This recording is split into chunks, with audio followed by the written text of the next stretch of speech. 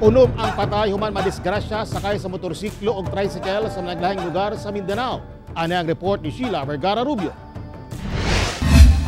Patay ang duha ka driver motorsiklo dihang nagbangga sa Mako, Davao de Oro. Nailhan ang mga biktima nga si Irene Mahinay, 27 anyos, kinsa nabangga sa kasugat nga motorsiklo nga gimaneho ni Mervin Sanupao, 20 anyos, nga patay usab sa Provincial Road sa Mako, Davao de Oro Domingo sa kadlawon.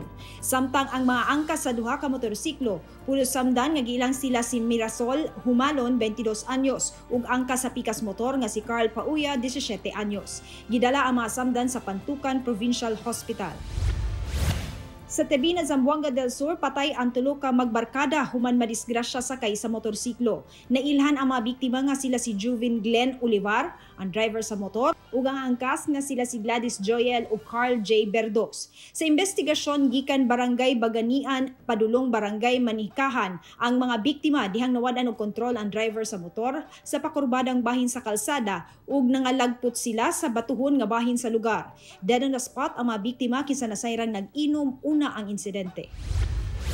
Sa Pagadian City, patay ang pulis nga si Police Lieutenant Venus Jagos de la Peña nga sakop sa Pagadian City Police human na disgrasya ang gisakyang tricycle sa National Highway sa Purok sa Lingsing, Barangay Balintawak.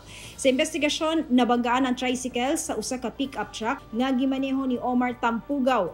Sa kakusog sa impact, nalagpot ang mga biktima ug ang driver sa tricycle nga si Roy Divina Gracia, kinsa namatay usab. Midiretso pa sa usa ka balay ang pick-up truck nga gikaangol sa mag-amahan nga sila Jimmy Panunsyal ug Jillian Panunsyal. Gilay mi-surrender ang driver sa pick-up truck.